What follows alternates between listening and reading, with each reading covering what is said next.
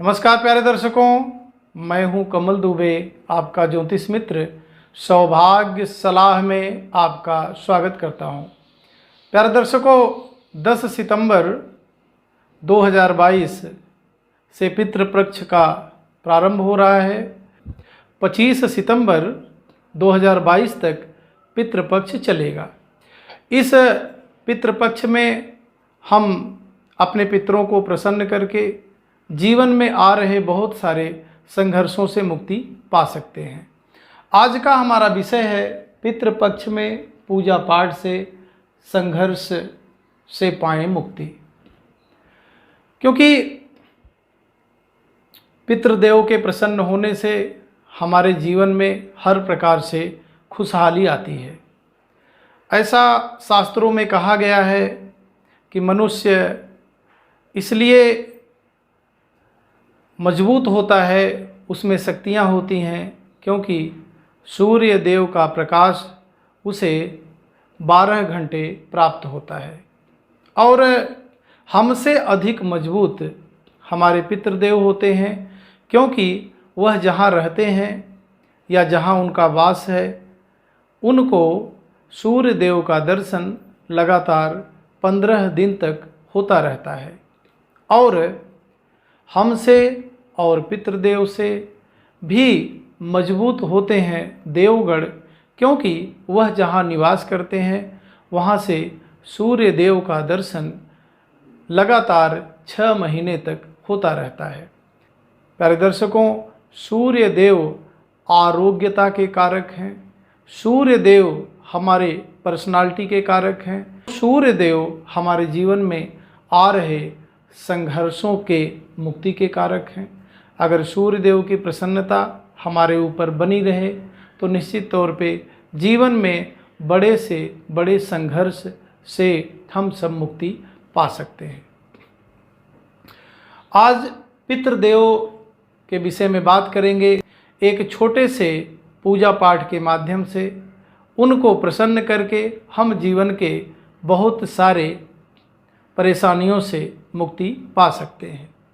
आज हम बात करेंगे पितृदोष की, आज हम बात करेंगे अंगारक दोष की, आज हम बात करेंगे चांडाल दोष की, जो कि राहु देव से बनता है। जब किसी भी जातक की कुंडली में राहु देव के साथ सूर्य देव युति में या दृष्टि में आते हैं तो पितृ दोष का निर्माण होता है। सूर्य देव के साथ राहु देव, केतु देव या शनि देव, पहले घर से लेकर के 12वें घर तक में कहीं पर भी सूर्य देव के साथ राहु देव या केतु देव या शनि देव विराजमान होते हैं तो बन जाता है पितृदोष। इस पितृदोष की वजह से किसी भी जातक के जीवन में बहुत अधिक संघर्ष हो जाता है। छोटा सा छोटा काम भी करने के लिए उसे बहुत संघर्ष करना पड़ता है। वंश परंपरा आदि बाधित हो जाती है, धन दौलत की कमी हो जाती है, हर प्रकार से उसके जीवन में संघर्ष ही रहता है। अब इस दोष से मुक्ति के लिए हमें करना क्या है, इसकी पूजा विधि क्या है, इसकी भी चर्चा आगे करेंगे। ऐसे ही एक दूसरा दोष है जिसको बोलते हैं अंगारक दोष। प्यारे दर्शकों, मंगल देव के साथ राहु देव की युति पहले घर से लेकर के 12वें घर तक में कहीं पर भी हो जाती है तो बन जाता है अंगारक दोष। इस दोष की वजह से व्यक्ति के जीवन में हमेशा संघर्ष रहता है।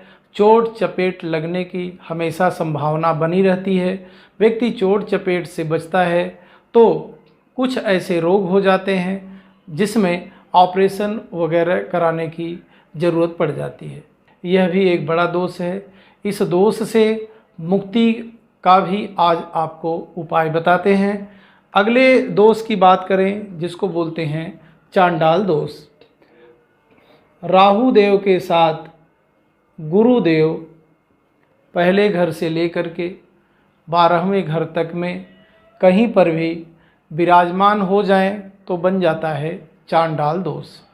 इस दोष की वजह से व्यक्ति किसी भी कार्य को प्रारंभ करता है और बहुत आगे तक जाता भी है, लेकिन जब उस कार्य से उसको लाभ मिलने की स्थिति बनती है तो व्यक्ति का लाभ बिल्कुल ख़त्म हो जाता है, एकाएक उसके जीवन में संघर्ष आ जाता है।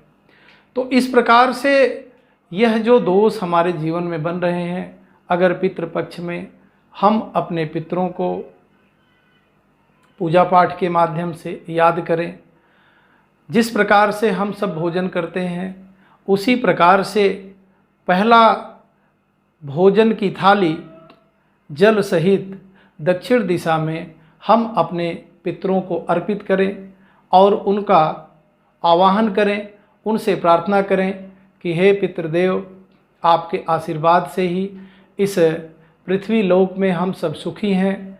आप आकर के हमारे इस भोजन को स्वीकार करें और हमारे परिवार को आशीर्वाद दें। ध्यान रखें, यह दक्षिण दिशा में आपको पूरी थाली लगा करके और जल सहित रखना है, पितरों को प्रणाम करना है।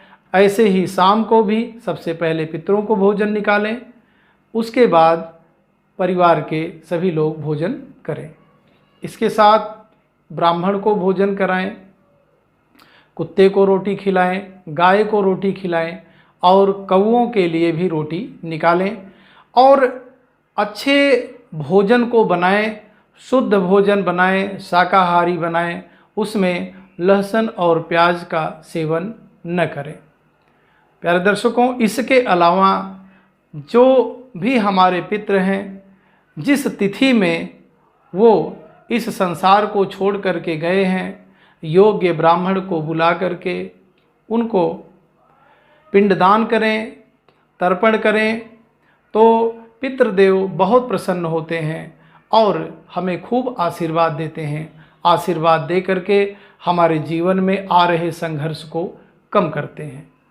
प्यारे दर्शकों, इसके अलावा अगर कोई भी व्यक्ति जिसके जीवन में संघर्ष अधिक है, वह इस पितृपक्ष में त्रिपिंडी श्राद्ध कर्म किसी योग्य ब्राह्मण से करवाते हैं या किसी ज्योतिषी के देख रेख में करवाते हैं, तो निश्चित तौर पे इस दोष से व्यक्ति को मुक्ति मिल सकती है और जीवन में बहुत संघर्ष का निदान हो सकता है।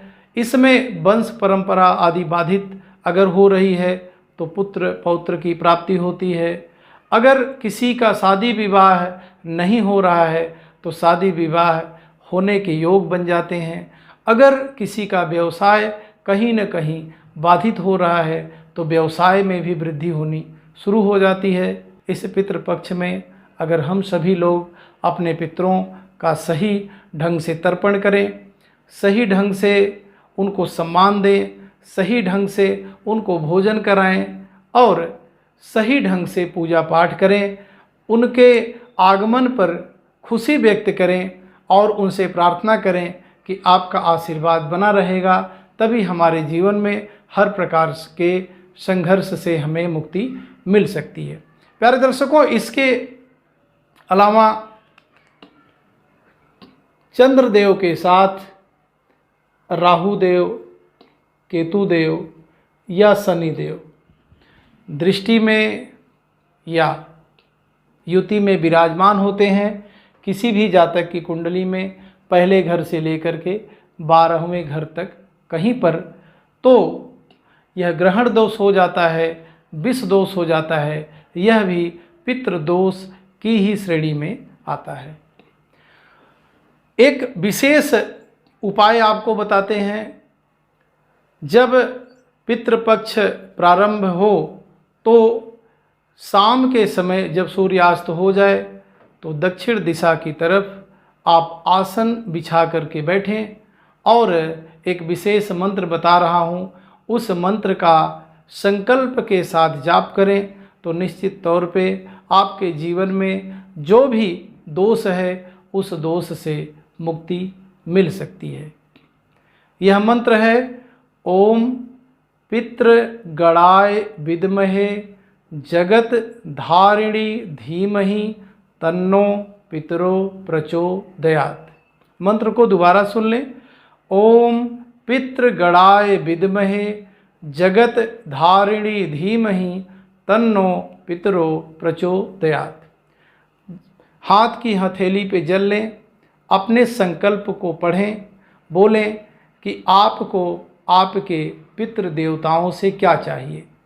इस संकल्प को बोल करके आप उसके बाद इस मंत्र का एक दिन में 11 माला का जाप करते हैं। लगातार ऐसे ही 15 दिन तक करते हैं तो जीवन में बहुत सारी जो भी मुसीबतें आपके जीवन में है, जो भी परेशानी आपके जीवन में है, उससे आप मुक्ति पा सकते हैं। प्यारे दर्शकों, फिर एक नए विषय को लेकर के आपके बीच में उपस्थित होंगे। आप सभी दर्शकों का बहुत बहुत धन्यवाद।